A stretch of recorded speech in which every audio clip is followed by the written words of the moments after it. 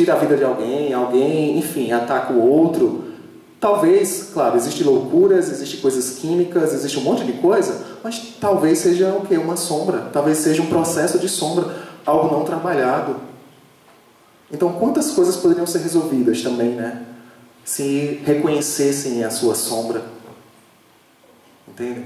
Então, sim, a bruxaria sempre, e sempre vai ser, na verdade, das sombras. E das sombras não no sentido negativo, né? Como eu já falei. E a sombra, na Vani, é um exemplo bem clássico, né, Wagner, que a gente dá da mão. Da mão. Que eu já falei nisso também, gente, acho que eu estou me repetindo das palestras, acho que, olha, o pessoal do evento, próximo ano, pode gravar e deixar só passar, viu? Pode deixar passar, que eu vou repetir as mesmas coisas. Então lá, a sua mão, cadê a Luciana? Luciana, um exemplo da mão. Luciana aqui. Peguei ela como exemplo da outra vez, vou pegar de novo, tá, Luciana? Nessa aqui, ó, vamos lá. Aqui é a palma da mão, a mão toda, Luciana. Nessa vida aqui, ela é Luciana, tá? Esse dedo aqui é Luciana. Sim, a Vani acredita em reencarnação, tá? Em outras vidas. Então aqui é a Luciana. Esse dedo aqui, ela foi uma sacerdotisa egípcia, né? Nesse aqui, ela foi uma camponesa lá na Inglaterra. Né? Nesse aqui, ela participou, era da tribo Maia, né? E nessa daqui foi uma japonesa. Né? Vamos lá. Então, se cada dedo da mão é uma vida e elas não têm consciência de si, né? Existem técnicas de lembrar de vidas passadas e tal, né? Tem essa...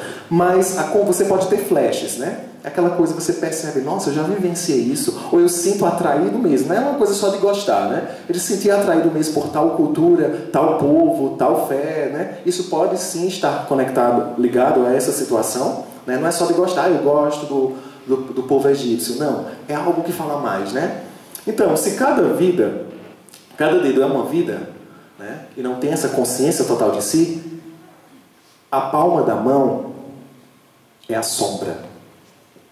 Ou seja, a sombra, sim, a sua sombra, ela detém todo o conhecimento daquilo que você foi, daquilo que você é e daquilo que você vai ser. Porque não existe essa linha contínua de tempo e espaço. Então, olha só quão é poderosa a sua sombra, que é você, que faz parte de você. Né? Então, por aí, através disso, você pode até conectar várias coisas, trazer, aí já entrar em um outro assunto, né, que eu não vou entrar, né, mas você pode trazer dons, trazer coisas de outras vidas para essa, através das sombras, né, isso aqui, da sombra, dá para fazer um monte de coisa, gente. E olha que é bacana. A diferença, né? Você pode trazer, só um exemplo, Luciana, na outra vida, foi uma curandeira de conhecer ervas, assim, de uma maneira surpreendente. Né? Nossa, ela curava um monte de gente e tal. Hoje a Luciana não sabe a diferença do coentro e o manjericão, né?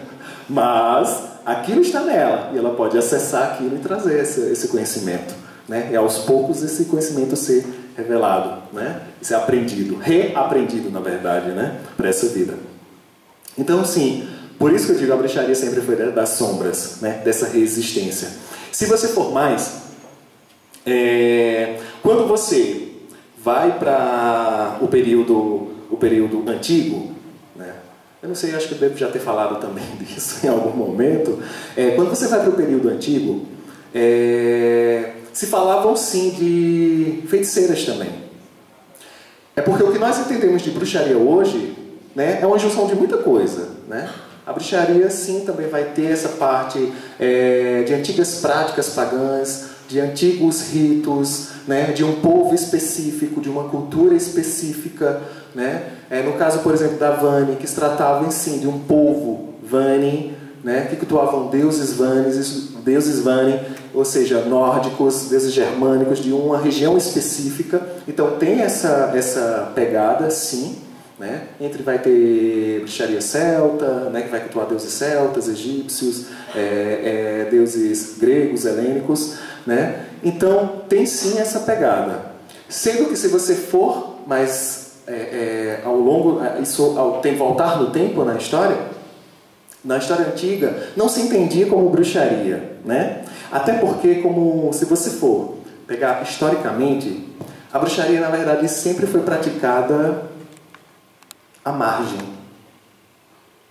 Mas como assim, Cláudio? Não tinha as práticas, não tinha os templos, né? Os antigos templos lá na Grécia, tem os templos lá no Egito, tem os sacerdotes, as sacerdotisas, não é? Não tinha? Sim. Mas existia uma outra parte, uma outra prática que era realizada, que não era só nos templos.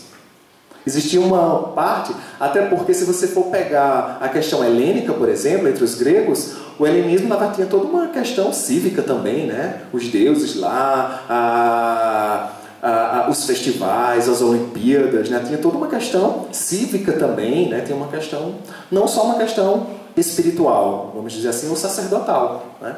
Era cultuado deuses e deusas em vários festivais, né? Inclusive nas Olimpíadas, né? Daí se originou.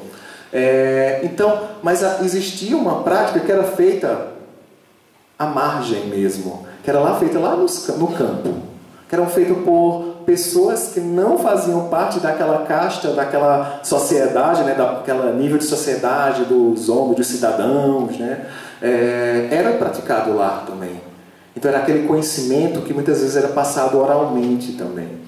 Sim, baseado em práticas, ou talvez, aí gente, é uma suposição, tá? Vamos viajar um pouco. O que acontecia com aquelas sacerdotisas e sacerdotes já velhos, que não prestavam mais o culto nos templos? Então, teve toda uma vida lá, né, o culto a determinado deus ou deusa, ou seja, um ser munido de vários conhecimentos, né, mágicos e espirituais, e chegou um momento que a velhice e tal então, ou foi expulsa do templo. O que é que vocês acham que aconteceria com essa sacerdotisa e esse sacerdote? Talvez sim, continuasse sem a prática em um outro lugar. E esse conhecimento era passado para uma outra pessoa. Não formalmente lá do templo, da forma lá no templo, mas de uma outra forma. Tá? Isso são suposições, tá, gente? Eu também estou viajando aqui, né? Estou indo numa linha, mas é possível? Por que não? Né? Então sempre a bruxaria foi tida à margem mesmo dentro dos ritos nos grandes templos, mas mesmo assim existiam as práticas nos campos, existiam as práticas que eram passadas oralmente, existia do povo mesmo, as práticas do povo, que foi passado culturalmente, né, que se transformou depois em folclore, e que talvez até hoje se tenha algumas coisas. Se você pegar, por exemplo, até o nosso São João, quem é daqui de Campina Grande sabe, né? O São João, o maior São João do mundo, né? Mas se você for analisar, a queima da fogueira. Por que a queima da fogueira? Alguém já parou para pensar? A queima da fogueira, nesse período, principalmente em junho, né? Julho, em junho, que era o meio do verão, né? Que eram feitos festivais na Europa para a colheita, celebrando a colheita. Nós fomos colonizados por quem? Por europeus. Que aqui essa mistura, né, houve toda a miscigenação com o povo que veio da África, holandeses, franceses, né, tudo isso teve uma miscigenação.